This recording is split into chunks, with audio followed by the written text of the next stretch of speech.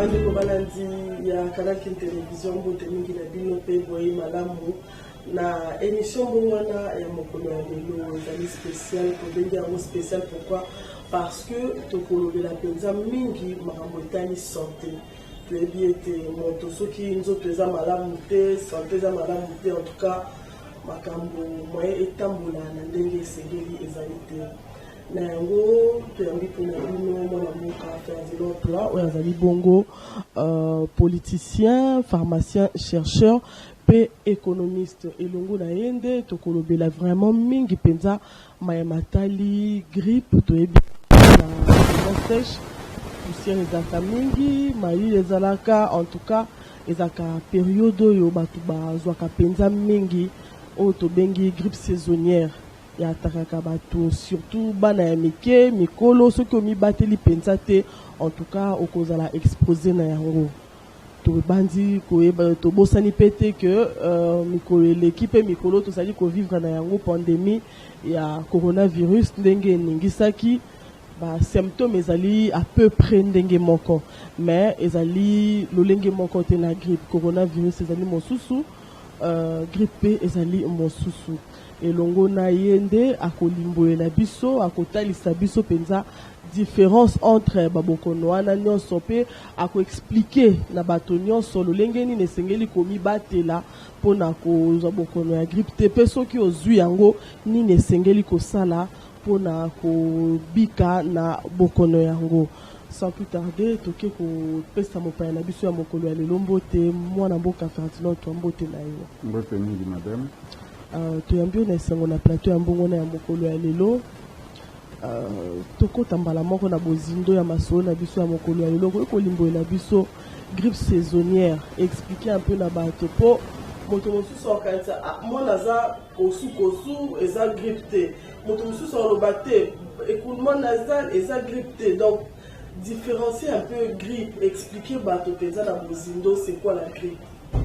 Oui madame oyo tobengi grippe saisonnière ezali maladie moko eyaka ntango basaison echangeaka awa na biso toza na deux saisons toza na saison de pluie et puis toza na saison sèche chaque fois soki tokomi na changement ya saison en tout cas grippe eyaka pe grippe yango eyaka na ndenge nini na ndenge boye ekose manifester d'abord par la fièvre oyoka nzoto ekomi mwa moto par la toux kosu rhume zolo eza kotanga éternement to baetse et puis moto akoyoka nzoto ekomi pasi misuni ya nzoto ekomi pasi.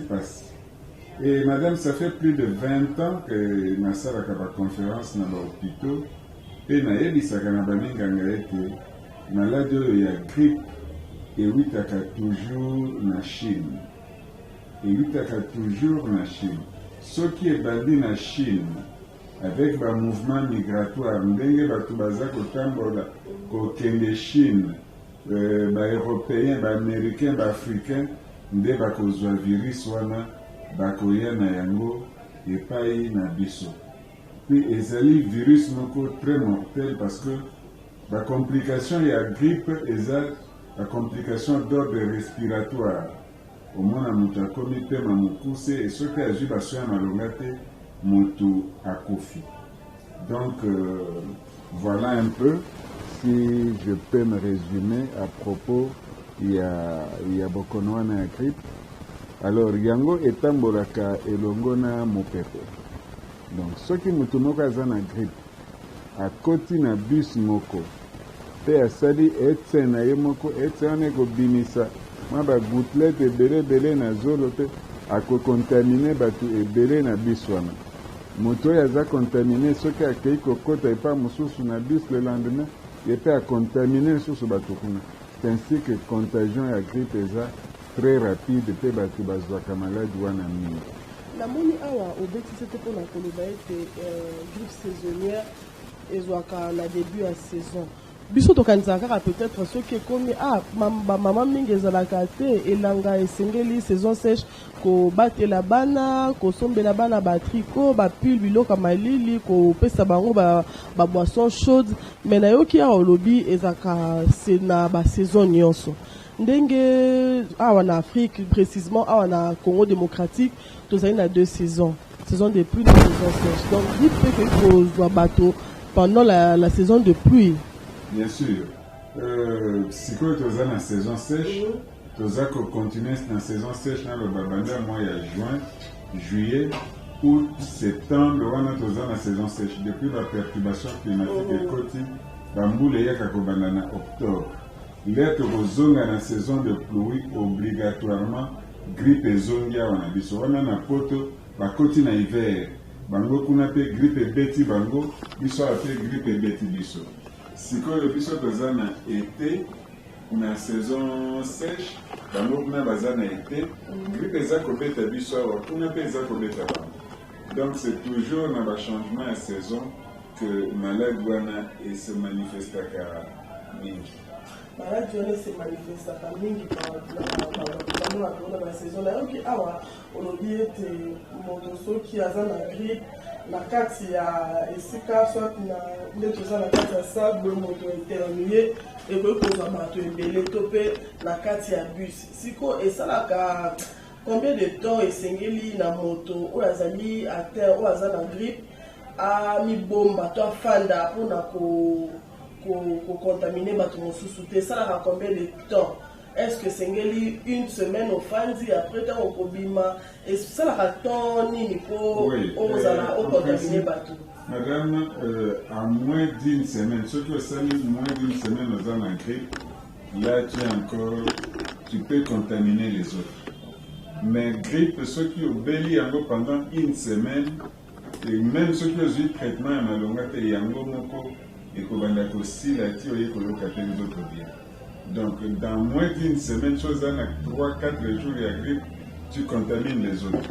Et ceux qui ont commis vers 7e jour de grippe, il y a un moment où il y aussi là, on peut contaminer les autres. Et bon, on a bakao ezalaka 7e jour ici et koki mais moto azo bimisaka ba symptômes wana ya grippe. Là azana no a koki ko contaminer bato mosusu. Mais ceux qui ba symptômes ici wana ko contaminer moto mosusu. toyebi ete mikolo oyo nyonso mokili eninganaki mpenza na oyo ezali bongo pandemie ya covid-19 coronavirus oyo eza mpe na basymptôme mwa moke lokola grippe okoki kolimbolela biso nano mwa moke mpenza nini oyo ezali coronavirus? Oui, madame, coronavirus ezali bongo virus moko oyo basalaki, la première hypothèse, basalaki yango na laboratoire na mboka Wuhan na Chine pour diminuer la population mondiale.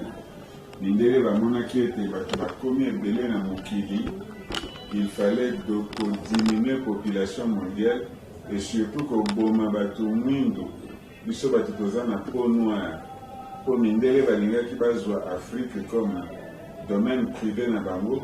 Ceux qui malili ebeti bango na hiver kuna na poto bakimi baye na Afrique kozwa moi soki hiver esili na poto bazongi kuna na poto. Alors madame, hypothèse à liboso ya virus ezali que ezawana ya basalaki virus wana na laboratoire. Malheureusement virus et Kimaki, il y a eu une fuite de virus. Virus est le professeur Moko Azalaki parmi les chercheurs Wana.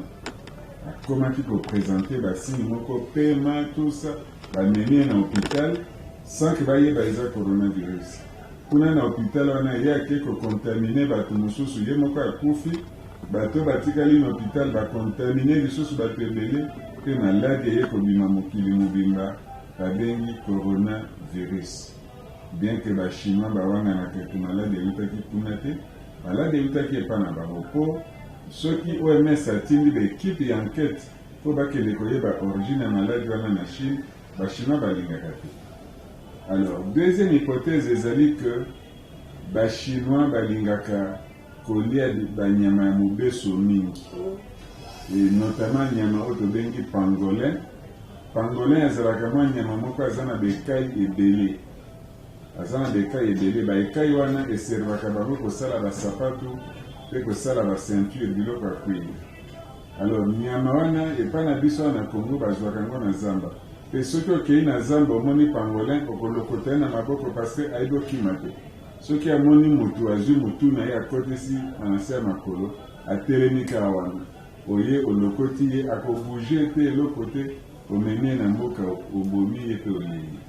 Alors ba chinois babokolaka ba pangolin wana na mboka. Basalaka bélevage ya pangolin. Ce qui fait que baliaka yango mingi me baliaka yango mobeso. Or pangolin wana eza réservoir ya coronavirus, c'est-à-dire microbe to bengi virus to bengi coronavirus ezalaka na nyama wana. Baliaka lisusu to bengi chauve-souris. Chauve-souris bato nyonso bayebi yango, bachinois baliaka yango te, me baliaka yango mobeso. Chauve-souris wana pe eza réservoir ya virus wana. Donc soki olie banyama wana ya mobeso, pangolin ya mobeso, chauve-souris ya mobeso, oza na possibilité ya kodévelopper maladie oyo to bengi coronavirus. Voilà. Alors, maladie wana etamboli mokili mobimba.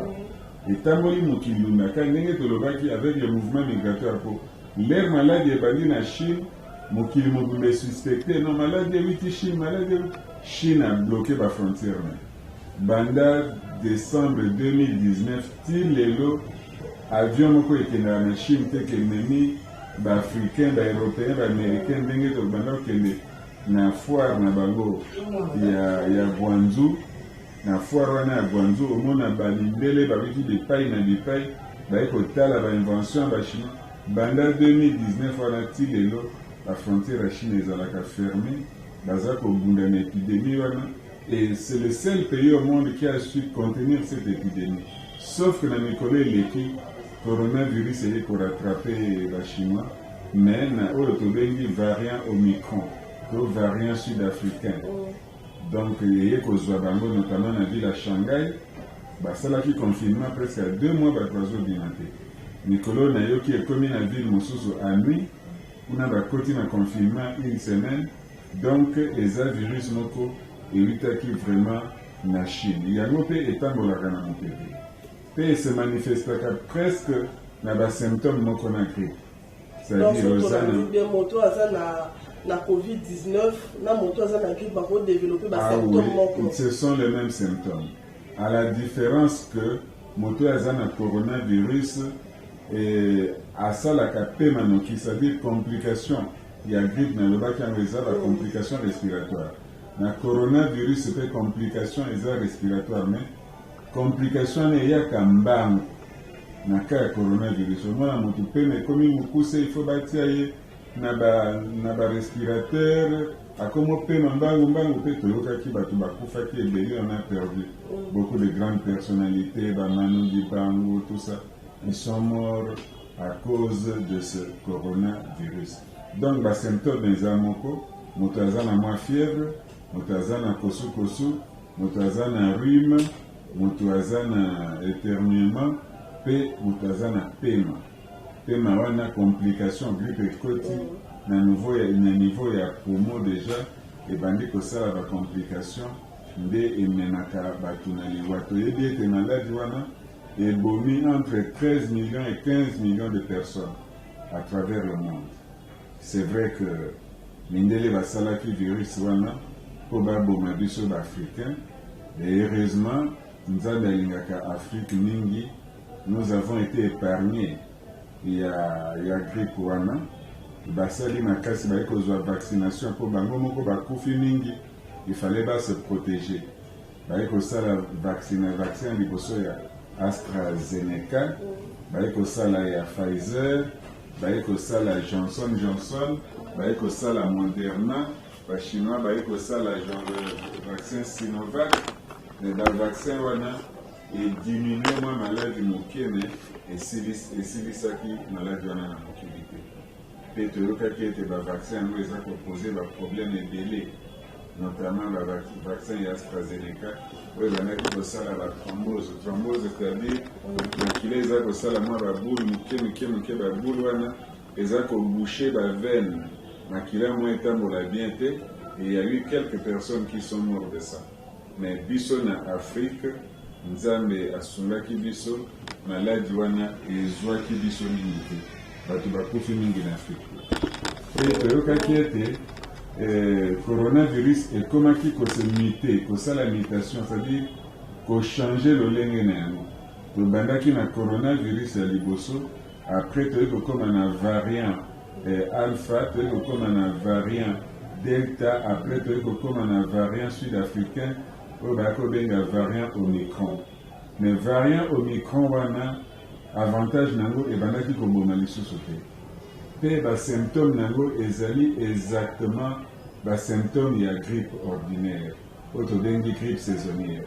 Donc moto okozala na grippe ordinaire, moto okozala na variant omicron, moyen ya kosala différence eza te, c'est pratiquement la même chose. Donc moyen tolobi osala la différence entre grippe saisonnière la variant omicron, bato bakoyeba vraiment kodiférencier yango te, bato bakoyeba kodiférencier yango te. Sikoyo awa epa na biso na Congo bazoloba baka emati, mais baka wana emati eza nini? Eza grippe saisonnière, parce que ezala grippe saisonnière c'est dû à un virus, ezala variant omicron c'est un virus. Soki bosali test epa ya moto aza na grippe saisonnière, omona test ya corona mais eza positif. Soki bosali test epa ya moto aza na variant omicron, omona test wana eza positif. C'est la raison pour laquelle on dit baka ekomomaka epa na biso, mais en réalité ezali grippe saisonnière. Neti mikolo oyo bamétéorologue baannonce ke malili ekozala makasi jusqu'au mois d'août, et malili wana ekosakompagne na batou, barhume, bafièvre, baéternuement et pas bana. C'est la grippe saisonnière, c'est bien la saison. Et mais ce côté que ça la test, bakanga yo ba deux ans virus. Ba proposer yo azithromycine, la chloroquine, la nini, donc le traitement moko batoningi ba contredit, mais ce sont des traitements que nous avions donnés à travers le monde entier. Et voilà un peu la vérité sur le variant Omicron et la grippe saisonnière. Donc, namo y a l'élo, mon trapoki pour ça la différence entre grippe saisonnière et variant Omicron exact. Pour ceux qui bossent les tests, ils ont la grippe saisonnière, ils ont la variant Omicron, test est positif. Donc, la période où tous allez na risque à cause de la contaminée la variant Omicron ils allient. Risque ezali à cause de la contaminée na variant Omicron, surtout na bato oyo ba voyage à Kamingo. Par exemple en Afrique du Sud côté variant wana elitaki, tout comme na Europe mikolo tozoka baka emati, surtout na France, dans la dernière de France, baka ezomata de façon exponentielle, 120 000 cas par jour, 140 000 cas par jour. Mais c'est le variant Omicron. Le variant Omicron, même dans en Europe, bazolaka susu bamasque te, bazongeli basala spectacle, bazongi na kambo ya bale. Donc il n'y a plus de crainte pour le moment parce que le variant Omicron n'est pas si dangereux que le coronavirus oyo ya liboso oyo esilisaki bato na koboma wana. Soki nalandi bien bato esengeli bazala na bango na crainte te na ndenge ezalaki liboso, mais biso nyonso toyebi ete coronavirus ndenge ebandaki eza pandémie moko, virus moko to mpe microbe moko oyo ebongwanaka. Lelo ezalaki peut-être na symptôme oyo lobi ekomi na symptôme oyo basymptôme ezalaki boye. Est-ce que risque eza te variant Omicron ebongwana to mpe lolenge ya basymptôme wana échangé ekoma plus mortel? Bon, madame, virus, microbe tobengi virus ezalaka na facilité wana ya komite mingi. Omoni tobandaki na coronavirus ya début ezalaki vraiment très agressif, très mortel. Toye kokoma na variant alpha, toye kokoma na variant omega, delta, toye kokoma na variant sud-africain Omicron. Donc lettre comme que na variant wana microbe ezaki virus ezaki perdre efficacité nango qu'il est comme un variant Omicron. Et la preuve en est que les lois de Kinshasa, le masque est obligatoire pour la population. Tout le monde est occupation, mais pendant que le coronavirus est là, vous saviez que tout ça qui va 2-3 mois de confinement dans le problème. Et la société, la petite et moyenne entreprise, tout le monde qui m'a 2-3 mois, vous avez des travailleurs qu'il faut payer, mais c'était grave à travers le monde entier. La société Kangama qui en désordre. Les Américains, par exemple, le président Joe Biden a estimé qu'il coûtait ça à chaque citoyen américain de plus de 18 ans $5,000 par mois pendant 2 ou 3 mois. Les Français ont fait de même, mais Mbongo Ezalaki moi moqué. En Afrique, c'est le Sénégal qui a donné $65 à chaque habitant, à chaque Sénégalais, et les Sud-Africains qui ont donné aussi un peu d'argent. Mais nous autres, nous n'avons rien reçu. Nos PME, le gouvernement a financé les petites et moyennes entreprises où ils ont une difficulté pour le coronavirus. Partout, on a financé, mais chez nous, et là, comme au côté. Voilà pourquoi, après le maladie, beaucoup de gens se sont retrouvés au chômage pour la société Kangama qui pendant le coronavirus. Mais les lots, la société Etikalaki et Fungwami, bien que dans la place Moussou la masque dans le supermarché, dans l'hôpital, soit allés à titre préventif. Mais le coronavirus ou le variant Omicron, ils ont des dégâts début de l'année 2023. Donc, vous pouvez convaincre dans l'occupation sans qu'on ait risque de contamination. Bien sûr, les lots risque de contamination est moindre.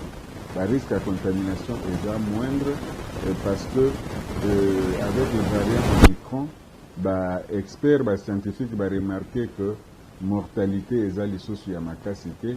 Et symptomatologie, symptômes et comme une grippe ordinaire ou grippe saisonnière. Donc il y a plus ce risque-là de porter des masques, de se promener avec des masques. Si vous avez une grippe saisonnière pour y avoir des précautions pour la contre la grippe saisonnière. Oui, la précaution pour la contre la grippe saisonnière, et ça surtout il y a kokima malili. Pour la kokima malili, il faut que l'ata bilamba ya kilo, surtout dans l'amitié. Il faut que très sensible dans le poids.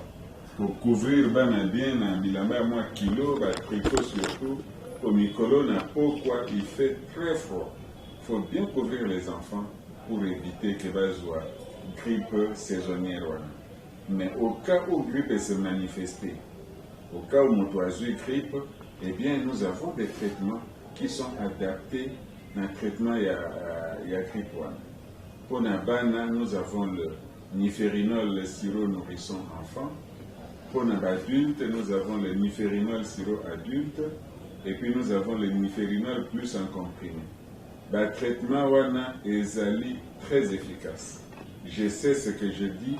Ça fait 23 ans que je travaille sur ce médicament et je sais que ceux qui m'ont grippé peuvent améliorer que dans les 2 jours qui suivent sa première prise de niférinol, ceux qui m'ont collé niférinol sirop adulte ou niférinol plus en comprimé. Ceux qui m'ont moqué niférinol sirop nourrisson enfant. Comme on a moins de katani, kosu katani, fièvre katani, en rien du temps. Mon corps est né. Et bon, bateau bazaka lobité, okende na bakisi na ba pharmacie wana ko luka bakisi zanzela molai.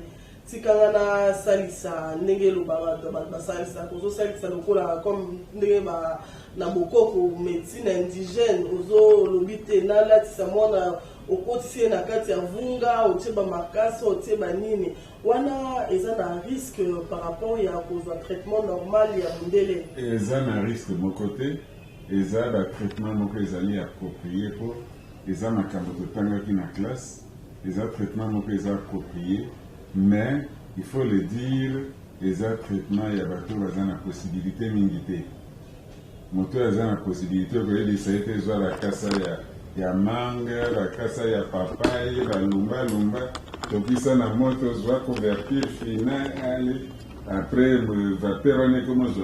C'est vrai, ça guérit, mais c'est pas un traitement que vous allez demander à un grand monsieur de faire, non, c'est compliqué. Donc les grandes personnes doivent recourir au traitement Yamindele. Tandis que bateau va copier au traitement Mindele, il va copier recourir na mulunge comme nous appelons ça souvent pour soulager un peu les symptômes de la crise. Et ça, dans mon tour, moko bateau mingi bateau na kana éviter bateau mingi peut bateau kosalela yango.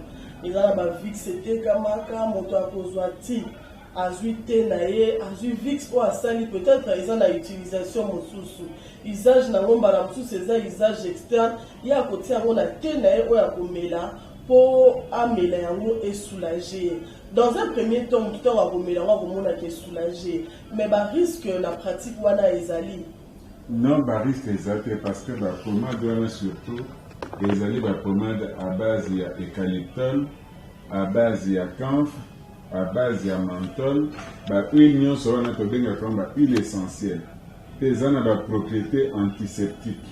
Au moment où oza koinale yango ezokota na kati ya nzoto ezokende kosala pe mosala, c'est-à-dire koboma virus wana po ezali ba antiseptique. Et que pour le grippe, on a fait notre activité. On a eu ça, rassemblement, ndenge tomonaki na début ya ba COVID-19 ba pekisaki yango tomoni mikolo ezongi na yango ba matanga na ba salle de fête ba tokosangana ba kermesse ba fête makambo ezongi comme il faut, risque ya contamination ya grippe saisonnière et za penza te. Donc boyoka te lobi non au cas ya Covid et mati bo sala boye bo kata lisusu boye. Grippe saisonnière eza ko beta mikolo. Grippe saisonnière eza ko beta mikolo yo. Pe na cas ya rassemblement grippe saisonnière ekozwa bato. Ça c'est vraiment obligatoire parce que ça se transmet par des gouttelettes, par la respiration. Ceux qui vous allez entasser place moko grippe wana ekozwa bino, mais l'avantage est que et ça n'a pas de conséquences sur le coronavirus, et ça là qui n'a pas il y a comme il s'appelle m'a poussé rapidement et puis m'attaquer à l'hôpital à Koufino. Maintenant c'est pas. Torozwa lisusu te romona tomoni ba konzi o balande la kamakambo ya santé baleki na ba télévision pour la kolobete ba ka Covid de komi autant variant micro komi boye bo fana na banda ko bo sala bo ba précaution ya boye. To risque ko ya lisusu na makambo wana te. Bon, na ebisa ki ete soki oza na grippe saisonnière, soki oza na variant Omicron, ok ko sala test ya Covid ne bazo sala résultat ko bima positif. Et je sais que na l'air moko bon hôpital Saint-Joseph, je ne sais plus c'était à quel mois, entre le mois d'avril et le mois de mars, ba lobia ba kaimati. Moi j'étais contre ça parce que batu ba bela ki grippe na kasi bazotinda bango na Saint-Joseph kuna ba test positif, c'était pas le coronavirus. Pour l'air wana coronavirus c'est comment déjà ko baissé na ba pays oyo bazolanda yango de façon stricte, mais c'était la grippe saisonnière. Donc nous ne devons plus avoir de crainte que notre coronavirus est là pour boma bateau, photo sala non. Bateau balela ki mingi n'a pas sur le coronavirus et yoki simokini. Maintenant même les Européens ils sont contents d'être libres parce que les enfants respiraient difficilement. Moi, dans les classes, on a un masque, un masque, les enfants étaient mal à l'aise. Mais les lorsque l'année d'information, ils en parlent presque plus. Même ceux qui ont en France, dernièrement, on a lundi, loi mon Assemblée nationale de la France, qui pour besoin de sa passe vaccinale, la députée Baboui. Elle dit Makamwana ici, qui Makamagozo, ni sa passe vaccinale, et là, on voyait que la situation a changé et puisque le côté qu'on dramatisait à nous les sous-soutés, c'est vrai que ceux qui ont voyagé, il faut ça la test de la Covid, il faut poser un vaccin wana, aux accords qui dans le pays pour te éviter dans le pays wana si encore des cas où les accords on a surtout na poto, bah cas ils allaient pour bien, mais ceux qui ont pas en Afrique, l'Afrique était épargnée vraiment de cette pandémie. Nous devons oublier cette maladie. Na mokolo ya lelo, est-ce que il y a un vaccin pour la prévention de la grippe saisonnière? Bon, vaccin, madame Ezali. Parce que d'être aux alaki liboso na grippe saisonnière, ceux qui est bandé na Chine, bah experts européens, bah kokene na Chine, bah prélever souche ya virus wana. Et bah pays na poto, bah sali bah vaccin, bah injecté par bah vieillard, bah injecté par bah enfant de moins de 5 ans. Alors, tango grippe wana kokoma na poto, et que ça la souche bah dégâts, et pas bah vieillard na les enfants de moins de 5 ans. Parce qu'il n'a plus de 5 ans et puis les autres là, ils résistent un peu. Mais moins de 5 ans de vieillard, ils ne résistent pas. Le vaccin existe. Le coronavirus n'est qu'au bon makamboana nyonso, bah tout le monde base le vaccin et à grippe saisonnière pour les être dominés par le coronavirus. Mais le vaccin existe. Le vaccin existe. Si tokomi kopusa na penza mpona kokóma na suka ya émission ya mokolo ya lelo na balandi nyonso oyo bazali kolanda baoyo bazali kobelisa bato baza na bagrippe conseil nini okopesa bango mpona komibatela pendant période oyo ya saison sèche? Oui, madame, saison sèche, c'est vrai, eyaka na makambo nango oyebi ke mikolo oyo na monde entier tozoloba makambo etali bongo changement climatique, c'est-à-dire mokili eza kochanger eza ndenge tozalaki liboso te. Je me rappelle que na ntango ya kala à partir de 15 mai okoti na saison sèche, mais lelo ce n'est plus le cas. À partir de 15 mai tozomona mbula ezobeta, il faut attendre le mois de juin parfois tina suka pour boya kokoma na saison sèche. Nyonso wana eza baperturbation climatique, baglacière oyo ezalaka na bamontagne neti Himalaya, Mont Blanc na France, baglacière bamabanga wana glace wana minene ekoma okweya yango moko eza koinonde baocéan wana eza kodéborde mai ezokota bato na bandako. Donc le changement climatique est vrai. Le changement climatique wana eza na baconséquence mpe na santé na biso na bamaladi lokola bagrippe saisonnière oyo ndenge tolobaki il faut bato base protéger et puis koéviter, si je peux le dire, bamasanga ya bato ebele. Mais c'est vrai que tozomona baconcert ya minene ekoma obetama bato bazokende parfois balati na bango masque te, donc barisque ekomi mpe moindre, bato babanga te. Coronavirus, peut-être ça appartient au passé, bien qu'il y ait encore des petits cas et variants micro par-ci par-là, mais c'est quelque chose que nous devons oublier et voir seulement l'avenir. Ce qui est allé grippe saisonnière, nous avons dit que Batoba somba niférinol. Ce que nous avons mokolo, mais là niférinol sirop adulte, ou bien niférinol plus en comprimé. Ce qui moi a moqué, c'est niférinol sirop enfant. Bakisi wana bosomba ngo na bapharmacie ya minene oyo bayebi koconserve bakisi, me na bapharmacie ya mike ya bakwa wana bosombaka bakisi kuna te. C'est très dangereux. Bazoconserve kisi mabe mpe kisi eza kobeba noki eza koperdre efficacité na awa na profil ntango tobandaki émission tobetaki sete na koloba parmi na présentation na yo ozali mpe acteur politique. Na ndenge tozomona politiki ekolo Congo démocratique ezali kotambola epai agression na est ekolo Congo démocratique na ba M23 bazali soutenu par armée rwandaise pe par le gouvernement du Rwanda. Tomoni epai mosusu makambo ya banégociation ezali kokoba tozomona mpe kala mingi te awa 2023 makonomi esengeli kosalema. Avenir nini ozali komona mpona non seulement politique pour le Congo démocratique, mais pour la Mboka Congo mobimba? Oui, en tout cas, madame, avenir ya Congo ezali sombre. Avenir est sombre dans ce sens que nazali ko incriminer Mobutu, mais nazali ko incriminer le régime où ils avaient mis en place. Parce que pour diriger un pays, c'est vrai qu'il y a un président de la République, il est secondé aussi.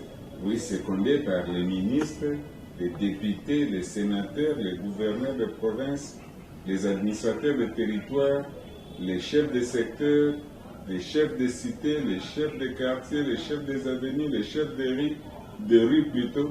Et ceux qui n'ont maillon quelque part, quelque chose ne marche pas, ça va donc bloquer tous les systèmes. Ah non, le pays ne marche pas bien. Mais qu'est-ce qui se passe à l'intérieur de notre pays? À l'intérieur de notre pays, le pays est mort. Le pays est mort. Il n'y a plus rien. Il n'y a plus de route. Il n'y a pas d'argent qui circule. Quand vous venez de Kinshasa et vous arrivez au village, tout le monde qui vient vous voir vient vous demander de l'argent. Parce qu'au village, les gens ne peuvent pas trouver 1000 francs. Et ça, c'est très grave. Et les provinces, ce sont des entités qu'on a créées pour créer des rois télé, des petits rois qui dirigent les royaumes. Je prends le cas de la province de Maïndomé, qui aujourd'hui est la dernière des provinces. Parce que c'est une dynastie. À 145 territoires. Madame, ces projets-là vont donner quoi? Vous allez donner 3 millions de dollars à une province. Faut pas ça la vie. Hôpital, école, balabala. Ça, c'est vraiment du blabla. Ça ne signifie absolument rien. J'ai parlé de la province du Maïndomé, où depuis 6 ans, il n'y a pas ni toilette, ni école, ni centre de santé. L'argent est détourné par la dynastie qui dirige le Maïndomé. Et malgré tout ce que les gens disent, les autorités ferment les yeux. Le ministre de l'Intérieur ferme les yeux. Le chef de l'État ne sait même pas s'il est informé ou s'il n'est pas informé. Or, la stabilité du pays devait commencer par ces entités de base. On parle de la même chose à la province de l'Équateur, où un certain Bobo, je ne sais pas qui, Bobo Boloko est en train de régner là-bas aussi en roi télé. On parlait de Sankourou, on parlait de la Mongala, donc partout, les gouverneurs font ce qu'ils veulent sans être inquiétés. Et là, le pays ne peut pas marcher comme ça. Il faut que l'entité soit là. Base à la sensibiliser, mais aider à développer Mboka, base à la musala malamu, base à rapport à malamu, pour que le pays puisse bien marcher. Et nous savons aujourd'hui que le système capitaliste a échoué, le système communiste a échoué, le système socialiste a échoué, et aujourd'hui l'espoir du monde entier repose sur le neutralisme indépendant que le patriarche Capin Denis Kanimbu a conçu. Un Africain, un Congolais a conçu un système politique basé sur la crainte de Dieu, donc la gestion par la crainte de Dieu. Et c'est ça l'espoir aujourd'hui du pays. Donc avec le neutralisme indépendant, vous ne pouvez pas détourner l'argent de l'État, vous ne pouvez pas pratiquer la corruption, vous ne pouvez pas prendre les mbote à le système éducatif sera amélioré, le social sera amélioré, les gens vont manger 3 fois par jour. Je crois que les Congolais doivent apprendre ça. Parce qu'aujourd'hui, nous n'avons plus d'espoir de vivre dans ce pays. Donc, système neutraliste, l'indépendance, on a dit bien, il y a un Motuya où il y a un changement dans la 4 écoles au Congo. Non seulement dans l'école au Congo, mais à travers le monde entier. Parce que il y a certains pays africains où sont déjà charte le neutralisme indépendant. Certains pays de l'Amérique latine sont déjà charte le neutralisme indépendant. C'est vrai que chez nous, ce n'est pas beaucoup connu. Bon, on sait que nul n'est prophète chez soi. Les gens peuvent être informés, mais ils négligés. Mais aujourd'hui, le neutralisme indépendant, c'est ça qui peut nous sortir de la situation où il y a Mabé, aux Anayango, Katiambo, Kamichi. Merci beaucoup, moi, Mboka Ferdinand Toualandingo Nzimaki, pour la émission la Bisso. Bandeko Balandi, n'a rappelé, tu étais en bas qui prend la bino, Zali Bongo, chercheur, pharmacien, acteur politique, économiste, na Combo ya Ferdinand Siamba et Longo na Yende, Tosola qui m'a embouté qui plus santé, surtout la période où le bateau bazali vraiment. Au Mitoulisama, bazali frappé na ozali bongo groupe saisonnière. Merci mingi na bino bandeko nyonso bolandi biso à travers YouTube et Canal Télévision. Merci na grande équipe technique, la réalisation Freddy Takidi, pour Barbola. Un grand merci na Guy Plutou sous les moyens de la régie finale. Émission Oyobo hors rediffusion Mokoloya mercredi dans Mamonga à 11h30 Nanzela ya YouTube ya Canal Kin Télévision. Botikana toujours branché na Kolandaka programme ya Canal Kin Télévision Télé Vérité.